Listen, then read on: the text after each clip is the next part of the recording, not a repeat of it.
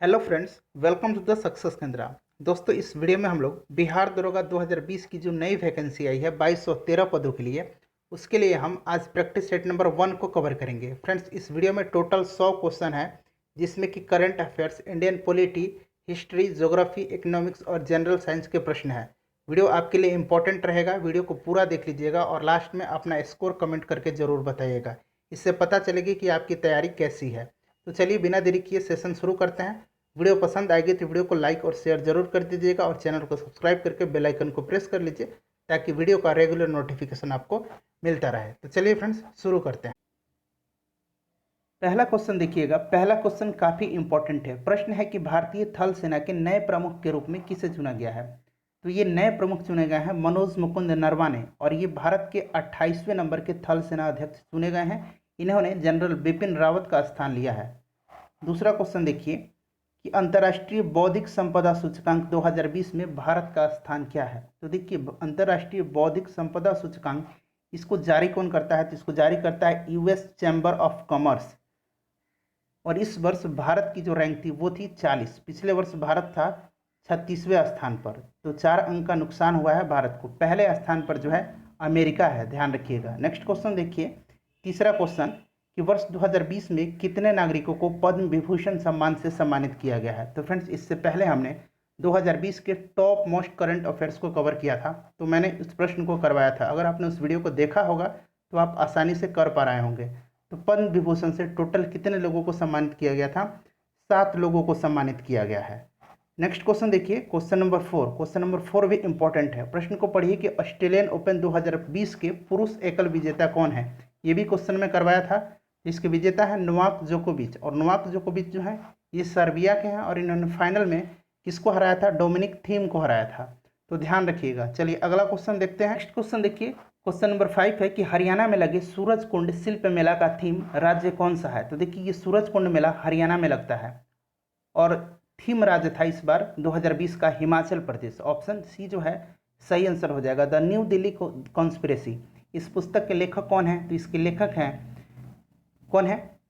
कृष्ण कुमार और मीनाक्षी लेखी। तो option D जो है इसका करेक्ट आंसर हो जाएगा। नेक्स्ट क्वेश्चन देखिए, क्वेश्चन नंबर 7। क्वेश्चन नंबर 7 भी काफ़ी इंपॉर्टेंट है। क्वेश्चन नंबर 7 देखिएगा कि विश्व चाय दिवस कब मनाया जाता है। तो फ्रेंड्स, विश्व चाय दिवस जो है यह प्रतिवर्ष कब मनाया जाता है? इंपॉर्टेंट है, प्रतिवर्ष 21 मई के दिन मनाया जाता है। क्वेश्चन नंबर 8 देखिए, एशिया का सबसे बड़ा solar plant Rewa solar plant किस राज्य में स्थापित है। तो ध्यान रखिएगा, एशिया का सबसे बड़ा सोलर प्लांट जो है वो रीवा सोलर प्लांट है, और ये मध्य प्रदेश में है। ऑप्शन डी सही आंसर होगा। क्वेश्चन नंबर 9 देखिए, ई पंचायत पुरस्कार 2020 में किस राज्य को प्रथम स्थान प्राप्त हुआ है। तो ई पंचायत पुरस्कार 2020 में हिमाचल प्रदेश को प्रथम स्थान प्राप्त हुआ है। कि हाल ही में महिला और बाल विकास मंत्रालय ने यूनिसेफ द्वारा चलाई गई किस पहल को लॉन्च किया है। तो सबसे पहले जानिए, महिला और बाल विकास मंत्री कौन है? श्रीमती स्मृति ईरानी है, और इन्होंने जो यूनिसेफ का जो है युवा पहल को लॉन्च किया है, महिला और बाल विकास मंत्रालय ने। यूनिसेफ का फुल फॉर्म जान लीजिए। इसका फुल फॉर्म होता है यूनाइटेड नेशंस चिल्ड्रन फंड। इसका मुख्यालय न्यूयॉर्क में है, और इसकी स्थापना 1946 में हुई थी। तो आप इन सारी बातों को ध्यान रखिएगा। 11 नंबर देखिए कि हाल ही में किस राज्य में लॉ कमीशन ने जबरन धर्म परिवर्तन के खिलाफ कानून बनाने के लिए एक रिपोर्ट सरकार को सौंपी है। तो ये सौंपी है उत्तर प्रदेश में। ऑप्शन सी जो है सही आंसर हो जाएगा। और फ्रेंड्स, आप अपना स्कोर कमेंट करके जरूर बताइएगा। बिहार दरोगा से संबंधित यहाँ आपको रेगुलर वीडियो मिलेंगे। चैनल को सब्सक्राइब करके बेल आइकन को प्रेस कर लीजिए। विश्व का पहला सीएनजी टर्मिनल का निर्माण कहाँ किया जाएगा। तो विश्व का पहला सीएनजी टर्मिनल का निर्माण गुजरात के भावनगर में किया जाएगा। ऑप्शन बी जो है इस प्रश्न का सही आंसर हो जाएगा। नेक्स्ट क्वेश्चन पढ़िए कि आईसीसी महिला T20 विश्व कप 2020 का खिताब किसने जीता है। फ्रेंड, ये भी प्रश्न मैं आज करंट अफेयर वाले वीडियो में करवाया हूँ, तो एक बार उसको जरूर देख लीजिएगा, लिंक डिस्क्रिप्शन में है। तो ये आयोजन कहाँ हुआ था? इसका ऑस्ट्रेलिया में हुआ था, और इसको जीता किसने है? ऑस्ट्रेलिया ने जीता है, फाइनल में भारत को हरा करके। 14 नंबर देखिए, कोप इंडिया वायुसेना अभ्यास किन 2 देशों की संयुक्त अभ्यास है। तो कोप इंडिया जो है ये इंडिया और अमेरिका की है। ऑप्शन ए जो है सही आंसर हो जाएगा, और याद रखिएगा कि ये एक वायुसेना अभ्यास है। 15 नंबर देखिए कि मलेशिया के नए प्रधानमंत्री के रूप में किसे नियुक्त किया गया है। तो मलेशिया के नए प्रधानमंत्री महातिर मोहम्मद की इस्तीफा देने के बाद बने हैं मोहिदीन यासीन। ऑप्शन बी जो है सही आंसर हो जाएगा। नीति आयोग के लिए कितनी सूत्री उद्देश्य रखे गए हैं? तो नीति आयोग का फुल फॉर्म क्या होता है? National institution for transforming India. इसका जो अध्यक्ष होता है भारत का प्रधानमंत्री होता है। वर्तमान में इसके उपाध्यक्ष जो हैं राजीव कुमार हैं और इसके जो सीईओ हैं अमिताभ कांत हैं। तो 13 सूत्री उद्देश्य रखा गया है। ऑप्शन डी जो होगा सही आंसर हो जाएगा, ध्यान रखिएगा। 17 नंबर क्वेश्चन देखिए कि आरोग्य सेतु ऐप के ब्रांड एम्बेसडर कौन है? तो आरोग्य सेतु ऐप के ब्रांड एम्बेसडर हैं अजय देवगन। जलवायु परिवर्तन प्रदर्शन सूचकांक 2020 में भारत का कौन सा स्थान प्राप्त हुआ है? 18 नंबर क्वेश्चन है। तो ये जो है इसका घोषणा कहाँ किया गया था? COP25 के सम्मेलन में, जो कि स्पेन के मैड्रिड में हुआ था। स्पेन में हुआ था और भारत को इसमें 9वां स्थान प्राप्त हुआ है। पहला, दूसरा और तीसरा स्थान किसी भी देश को प्रदान नहीं किया गया है। स्वीडन जो है सबसे टॉप स्थान पर है, चौथे स्थान पर, ध्यान रखिएगा। अगला क्वेश्चन देखिए, अगला क्वेश्चन है इंपॉर्टेंट है अगला क्वेश्चन कि ऑपरेशन नकेल, याद रखिएगा, ऑपरेशन नकेल किस शहर की पुलिस ने शुरू किया है? तो ऑपरेशन नकेल को शुरू किया है गाजियाबाद की पुलिस ने। ऑप्शन सी जो होगा इस प्रश्न का सही आंसर हो जाए। क्वेश्चन नंबर 20 देखिए, भारत का पहला ग्लास फ्लोर सस्पेंशन ब्रिज का निर्माण किस राज्य में किया गया है? इंपॉर्टेंट है। तो इसका निर्माण जो है उत्तराखंड के ऋषिकेश में किया गया है। ऑप्शन जो होगा बी इसका करेक्ट आंसर हो जाएगा। कच्चे इस्पात उत्पादन में भारत का विश्व में कौन सा स्थान है? तो भारत ने जापान को पीछे छोड़ करके दूसरे स्थान पर पहुंच गया है। पहले स्थान पर चीन है, ध्यान रखिएगा। अगला क्वेश्चन देखिए, क्वेश्चन नंबर 22, 5 दिसंबर 2019 को मनाए गए विश्व मृदा दिवस की थीम क्या थी? तो देखिए विश्व मृदा दिवस 5 दिसंबर को मनाया जाता है, याद रखिएगा। इसकी थीम थी कि stop soil erosion. Next question देखिए 23 नंबर की टिड्डा की समस्या के कारण भारत के किस पड़ोसी देश ने राष्ट्रीय आपातकाल लगाया था? तो ये लगाया था पाकिस्तान ने। क्वेश्चन नंबर 24 देख लीजिए। क्वेश्चन नंबर 24 जो है सुमेलित करना है कि इनमें से कौन सा सुमेलित नहीं है? तो देखिए न्यूनतम लिंगानुपात वाला राज्य जो है हरियाणा है, ये भी सही है। न्यूनतम जनसंख्या घनत्व वाला राज्य अरुणाचल प्रदेश सही है। सर्वाधिक साक्षरता वाला राज्य केरल, ये भी सही है। लेकिन सर्वाधिक जनसंख्या घनत्व वाला राज्य जो है वो बिहार है, उत्तर प्रदेश नहीं है। तो सही आंसर ऑप्शन डी हो जाएगा। भारत में पर्यावरण संरक्षण अधिनियम कब पारित हुआ था? इंपॉर्टेंट है, तो ये हुआ था 1986 में। ऑप्शन सी जो होगा सही आंसर हो जाएगा। 26 नंबर देखिए, निम्नलिखित में से कौन एक कृत्रिम पारितंत्र है? तो कृत्रिम पारितंत्र है बगीचा, बाकी जो है वन, झील और तालाब ये प्राकृतिक पारितंत्र हैं। क्वेश्चन नंबर 27 देखिएगा। 27 है कि निम्नलिखित में से कौन सर्वाधिक ग्रीन हाउस इफेक्ट करती है? तो सर्वाधिक ग्रीन हाउस इफेक्ट जो करता है वो जलवाष्प करता है। 28 नंबर देखिए। 28 नंबर क्वेश्चन इंपॉर्टेंट है कि भारत की मुख्य भूमि, याद रखिएगा, मुख्य भूमि का दक्षिणतम बिंदु कौन सा है? तो मुख्य भूमि का दक्षिणतम बिंदु जो है वो कन्याकुमारी है। नेक्स्ट क्वेश्चन देखिए 29 नंबर। 29 नंबर प्रश्न इंपॉर्टेंट है, प्रश्न को ध्यान से पढ़ लीजिएगा कि भारत में किस प्रकार के वन सर्वाधिक भाग में पाया जाता है? तो भारत में सर्वाधिक भाग में उष्णकटिबंधीय पर्णपाती वन पाया जाता है। नेक्स्ट क्वेश्चन देखिए फ्रेंड, नेक्स्ट क्वेश्चन है कि निम्नलिखित कथनों में से कौन सा सही है? तो देखिएगा हिमालय के पश्चिमी भाग की अपेक्षा पूर्वी भाग में अधिक विविधता पाई जाती है, सही है। हिमालय के पश्चिमी भाग की अपेक्षा पूर्वी भाग जो है कम चौड़ा है, ये गलत है। तो ऑप्शन ए जो होगा इसका सही आंसर हो जाएगा। क्वेश्चन नंबर 31 देखिएगा फ्रेंड। क्वेश्चन नंबर 31 इंपॉर्टेंट है। 31 देखिए कि अरब सागर में गिरने वाली भारत की सबसे बड़ी प्रायद्वीपीय नदी कौन सी है? तो ये कौन सी नदी है? नर्मदा नदी है। चाय की खेती के लिए निम्न में से कौन सी मिट्टी सबसे उपयुक्त होती है? तो अम्लीय मिट्टी होती है, याद रखिएगा कौन सी मिट्टी? अम्लीय मिट्टी होती है। अगला क्वेश्चन देखिए, क्वेश्चन नंबर 33 कि मानसून विवर्तन होता है। तो देखिए मानसून का निवर्तन का मतलब होता है कि मानसून का वापस लौटना। तो ये निवर्तन जो होता है ये उत्तर पश्चिम भारत से बंगाल की खाड़ी में होता है। ऑप्शन डी सही आंसर हो जाएगा। वेनेजुएला की राजधानी कहाँ है? तो वेनेजुएला की राजधानी जो है वो काराकस है। ऑप्शन ए सही आंसर हो जाएगा। नेक्स्ट क्वेश्चन देखते हैं, क्वेश्चन नंबर 35 कि निम्नलिखित में से कौन सुमेलित नहीं है? तो देखिए भारत में चक्रवात आता है, ऑस्ट्रेलिया में जो है विली विली हवा है, उसके बाद चीन में टाइफून आता है, ये भी सही है। अमेरिका में बागिया, ये गलत है, ध्यान रखिएगा। अगला क्वेश्चन देखिए, कोरल रीफ प्रवाल भित्ति मुख्यतः कहाँ पाई जाती है? ये मुख्यतः विषुवत रेखा के पास पाई जाती है। ऑप्शन ए जो है सही आंसर हो जाएगा और ये पैसिफिक ओशियन में ऑस्ट्रेलिया के क्वींसलैंड में पाई जाती है, ध्यान रखिएगा। अगला क्वेश्चन देखिए, क्वेश्चन नंबर 37 माफ़ कीजिएगा कि सरदार स्वर्ण सिंह समिति का संबंध किससे है? तो सरदार स्वर्ण सिंह समिति का संबंध जो है ये मूल कर्तव्य से है और इन्हीं के अनुशंसा पर जो है 42वें संविधान संशोधन के द्वारा मूल कर्तव्य को संविधान के अनुच्छेद भाग 4 क में भाग 4 क और अनुच्छेद 51 क के अंतर्गत इसको जोड़ा गया है। याद रखिएगा भाग 4 क में है और अनुच्छेद 51 क में है। और इसे रूस के संविधान से लिया गया है। नेक्स्ट क्वेश्चन देखिए, क्वेश्चन नंबर 38। क्वेश्चन नंबर 38 है कि न्यायोचित एवं मानवीय कार्य दशाओं तथा मातृत्व सहायता के लिए उपबंध संविधान के किस अनुच्छेद में किया गया है? तो ये अनुच्छेद 42 में किया गया है। अगला क्वेश्चन देखिए, भारत के नियंत्रक एवं महालेखा परीक्षक के संबंध में निम्न कथनों पर विचार कीजिए। इसका कार्यकाल 6 वर्ष या 62 वर्ष जो पहले हो की आयु तक होता है, ये गलत है क्योंकि 6 वर्ष या फिर 65 वर्ष की आयु तक होता है। यह राष्ट्रपति के प्रसाद पर्यंत अपना पद पर बना रहता है, ये भी गलत है क्योंकि इसकी आयु सीमा जो है वो निर्धारित की गई है। इसके वेतन एवं अन्य सेवा शर्तें राष्ट्रपति द्वारा निर्धारित होती है, नहीं, इसकी जो सेवा और शर्तें जो हैं वेतन की इत्यादि जो है ये किसके द्वारा? संसद के द्वारा निर्धारित होती है। तो उपयुक्त में से कौन सा कथन असत्य है? तो देखिए सारे कथन गलत हैं। ऑप्शन डी इस प्रश्न का सही आंसर हो जाएगा, उपर्युक्त सभी। मंत्रियों की अधिकतम संख्या विधानसभा की कुल सदस्य संख्या के कितने प्रतिशत से अधिक नहीं होनी चाहिए? तो ये 15% से अधिक नहीं होनी चाहिए। सही आंसर है इसका ऑप्शन सी। अगला क्वेश्चन देख लीजिए, रिट जारी करना उच्चतम न्यायालय के किस क्षेत्राधिकार में आता है? तो रिट जारी करना ये आता है न्यायाधीश क्षेत्राधिकार में। न्यायाधीश क्षेत्राधिकार में ध्यान रखिएगा, टोटल 5 प्रकार के रिट जारी करने का अधिकार है उच्चतम न्यायालय को, यानी सुप्रीम कोर्ट को, अनुच्छेद 32 के तहत। अगला क्वेश्चन देखिए, क्वेश्चन नंबर 42 कि दल बदल अधिनियम संबंधी संशोधन कब पारित किया गया? इंपॉर्टेंट है। तो देखिए ये पारित किया गया है 1985 में 52वां संविधान संशोधन के द्वारा, और इसे 10वीं अनुसूची में रखा गया है, ध्यान रखिएगा। नेक्स्ट क्वेश्चन देखिए कि संविधान की प्रस्तावना में शामिल समाजवाद का कौन सा अर्थ नहीं है? फ्रेंड्स इससे पहले हमने बिहार दरोगा के सब्जेक्ट वाइज जो है हमने टेस्ट को कवर किया है, तो आप देख लीजिएगा। बिहार दरोगा से कम से कम हमने 9 से 10 वीडियो को हमने कवर कर लिया है, तो लिंक डिस्क्रिप्शन में है, आप जरूर देख लीजिएगा। संविधान की प्रस्तावना में शामिल समाजवाद का कौन सा अर्थ नहीं है? तो इस प्रश्न का सही आंसर हो जाएगा कि ऑप्शन डी राज्य पूंजी के एकाधिकार के मार्ग में बाधा नहीं डालेगा।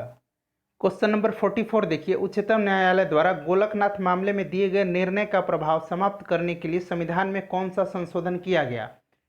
तो इस प्रश्न का सही आंसर है ऑप्शन ए 24वां संविधान संशोधन, ध्यान रखिएगा, इंपॉर्टेंट है। अगला क्वेश्चन देखिए कि संसद सदस्यों की निर्भरता या फिर अयोग्यता के प्रश्न पर निर्णय लेता है, तो कौन निर्णय लेता है? तो सही आंसर है ऑप्शन डी भारतीय निर्वाचन आयोग के परामर्श से राष्ट्रपति। नेक्स्ट क्वेश्चन देखिए, 42वां संविधान संशोधन में से कौन से नहीं जोड़ा गया था?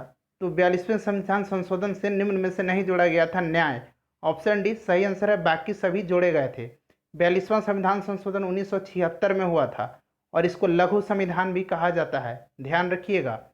नेक्स्ट क्वेश्चन देखिए 47 नंबर कि सर्वप्रथम चुनाव का प्रत्यक्ष चुनाव का प्रावधान निम्नलिखित में से किस अधिनियम द्वारा किया गया? तो ये किया गया भारत शासन अधिनियम 1919 के द्वारा। ऑप्शन सी जो है सही आंसर हो जाएगा।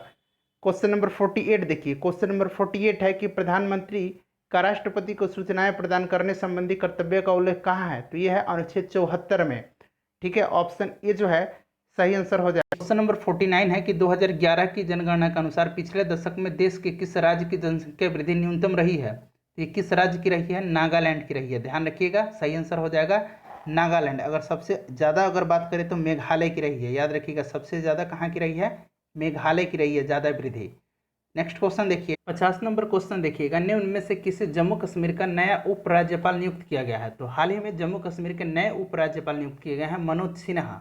याद रखिएगा पहले गिरीश चंद्र मुर्मू थे, लेकिन अब ये भारत के नियंत्रक एवं महालेखा परीक्षक बन गए हैं, तो सही आंसर है ऑप्शन बी। नेक्स्ट क्वेश्चन देखिए, नेक्स्ट क्वेश्चन है 51 नंबर, इंपॉर्टेंट क्वेश्चन है कि निम्नलिखित में से कौन सा देश प्रातःकाल की शांति की भूमि यानी लैंड ऑफ द मॉर्निंग काम के नाम से जाना जाता है? तो ये कौन सी देश है? कोरिया है। ऑप्शन बी सही आंसर हो जाएगा। भारतीय अनुसंधान केंद्र हिमाद्री कहाँ स्थित है? तो यह है आर्कटिक क्षेत्र में। ऑप्शन सी जो होगा सही आंसर हो जाएगा। नेक्स्ट क्वेश्चन देखिए 53 नंबर, 53 नंबर है कि जीव मिल्खा सिंह, ज्योति रंधावा और टाइगर वुड किस खेल से के प्रसिद्ध खिलाड़ी हैं?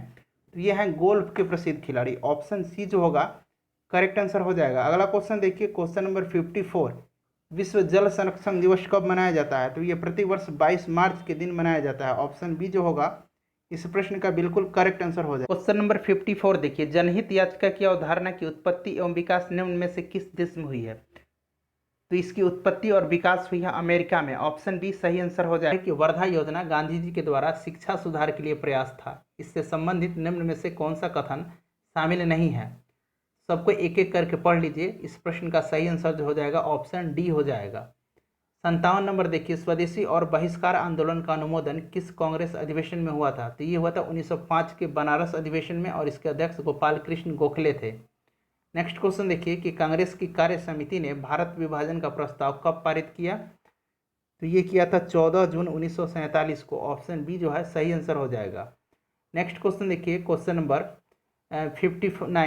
59 है कि संविधान सभा की प्रथम बैठक का आयोजन किस गवर्नर जनरल के द्वारा किया गया था? तो ये कब हुआ था? पहली बैठक 9 दिसंबर 1946 को। उस समय कौन जनरल था? गवर्नर जनरल था लॉर्ड बेवल था। लॉर्ड बेवल का जो कार्यकाल रहा था ये कब से कब रहा था? तो ये रहा था 1944 से लेकर के 1947 तक, ध्यान रखिएगा। नेक्स्ट क्वेश्चन पढ़िए 60 नंबर की, मंगल पांडे जो थे प्रथम भारतीय स्वतंत्रता संग्राम की शुरुआत की थी इन्होंने। इसके उपरांत ब्रिटिश सरकार के द्वारा उन्हें कब फांसी दी गई थी? तो मंगल पांडे को 8 अप्रैल 1857 को फांसी दी गई थी। ऑप्शन सी जो। नेक्स्ट क्वेश्चन देखिए, पुस्तक इकोनॉमिक सिचुएशन इन इंडिया के लेखक कौन है? तो इकोनॉमिक सिचुएशन इन इंडिया के लेखक हैं जीवी जोशी। ऑप्शन ए सही आंसर हो जाएगा। अगला क्वेश्चन देखिए कि प्रथम गोलमेज सम्मेलन की अध्यक्षता किस ब्रिटिश प्रधानमंत्री के द्वारा की गई थी? तो देखिए प्रथम गोलमेज सम्मेलन जो है ये 1930 में हुआ था। उस समय ब्रिटेन के प्रधानमंत्री जो थे वो थे रैमजे मैकडोनाल्ड। और ध्यान रखिएगा रैमजे मैकडोनाल्ड तीनों गोलमेज सम्मेलन के समय ब्रिटेन के प्रधानमंत्री थे। दूसरा गोलमेज सम्मेलन 1931 में हुआ था और तीसरा जो हुआ था 1932 में हुआ था। आप सबको ध्यान रखिएगा।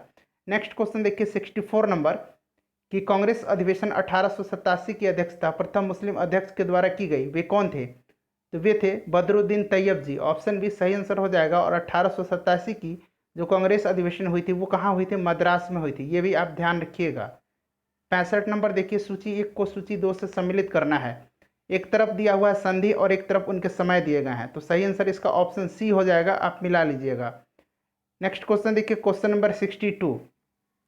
क्वेश्चन नंबर 62 है, थोड़ा सा मैं एडजस्ट कर देता हूं ताकि आपको क्लियर दिखाई दे कि आदि ब्रह्म समाज की स्थापना कब हुई थी। ध्यान दीजिएगा यहाँ आदि पूछा जा रहा है। तो आदि ब्रह्म समाज की स्थापना जो है 1866 में हुई थी और ब्रह्म समाज की स्थापना 1828 में हुई थी। विधवा पुनर्विवाह अधिनियम किसके शासनकाल में क्रियान्वित किया गया? तो ये किसके शासनकाल में किया गया? लॉर्ड कैनिंग के समय में। नेक्स्ट क्वेश्चन देखिए 68 नंबर है कि निम्नलिखित में से किस ग्रंथ में गुप्त काल के बारे में जानकारी मिलती है? तो सही आंसर इसका ऑप्शन है मृक्ष कटिकम। और मृक्ष कटिकम के लेखक जो हैं ये शूद्रक हैं, ध्यान रखिएगा। अगर बात करें मुद्रा राक्षस की, तो मुद्रा राक्षस के से मौर्य काल के संबंध में जानकारी प्राप्त होती है। नेक्स्ट क्वेश्चन देखिए 69 नंबर की, कलिंग शासक खारवेल किस धर्म का अनुयायी था? तो कलिंग नरेश खारवेल जो थे ये जैन धर्म के अनुयायी थे। 70 नंबर प्रश्न को ध्यान से पढ़िएगा। 70 नंबर प्रश्न है कि भीतरी स्तंभ अभिलेख किस शासक से संबंधित हैं? तो भीतरी स्तंभ अभिलेख जो है उत्तर प्रदेश में है। ध्यान रखिएगा कहाँ है? उत्तर प्रदेश में है। उत्तर प्रदेश के कहाँ है? ये गाजीपुर में है, याद रखिएगा। और ये जो है गुप्त वंश के शासक स्कंद गुप्त से संबंधित है। नेक्स्ट क्वेश्चन देखिए कि दक्षिण भारत में स्थित कैलाश मंदिर निम्न शासकों में से किसके द्वारा बनवाया गया था? तो किसके द्वारा ये निर्मित किया गया था? ये निर्मित किया गया था राष्ट्रकूट शासक के द्वारा। नेक्स्ट क्वेश्चन देखिए 1904 ईस्वी में क्रांतिकारियों की गुप्त संस्था अभिनव भारत का गठन किसने किया था? तो ये किया था वीडी सावरकर ने। क्वेश्चन नंबर 73 देखिए, किस दिल्ली सल्तनत कालीन शासक के द्वारा दाग और चेहरा प्रथा को लागू किया गया? तो ये किया गया अलाउद्दीन खिलजी के द्वारा। ऑप्शन बी सही आंसर होगा। ध्वनि का प्रभाव मानव के मस्तिष्क में संवेदन कितने समय तक रहता है? तो मानव के मस्तिष्क में संवेदन जो है ध्वनि का प्रभाव का 1/10 सेकंड तक रहता है।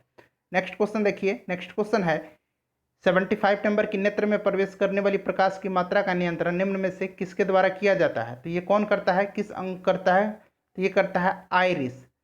अगला क्वेश्चन देखिए कि रक्त की अशुद्धियाँ किस अंग में जाकर छनती है? तो ये छनती है वृक्क में, यानी किडनी में। ऑप्शन बी सही आंसर हो जाएगा। 77 नंबर देखिए कि रक्त का कितना प्रतिशत भाग प्लाज्मा होता है? तो रक्त का लगभग 55% भाग जो है प्लाज्मा होता है। तो सही आंसर है ऑप्शन सी 55 से 60% सही आंसर हो जाएगा।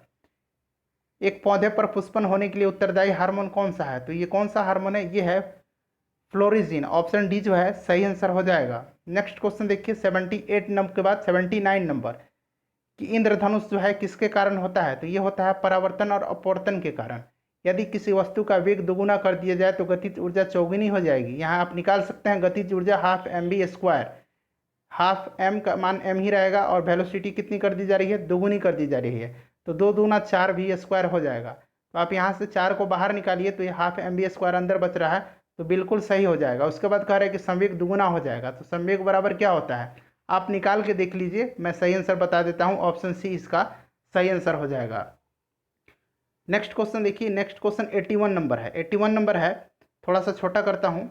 चलिए ध्यान से पढ़िएगा कि एक ही पदार्थ के अणुओं के बीच कार्यकारी आकर्षण बल को क्या कहा जाता है। तो एक ही पदार्थ के अणुओं के बीच ये कहा जाता है ससंजक बल, और अलग अलग पदार्थों के अणुओं के बीच की बात करें तो ये होता है आसंजक बल।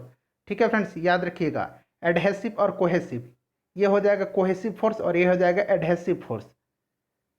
नेक्स्ट क्वेश्चन देखिए, किसी क्रिया में भाग लेने वाले पदार्थ को क्या कहा जाता है। तो ये कहा जाता है अभिकारक यानी रिएक्टेंट, याद रखिएगा क्या कहा जाता है, रिएक्टेंट कहा जाता है।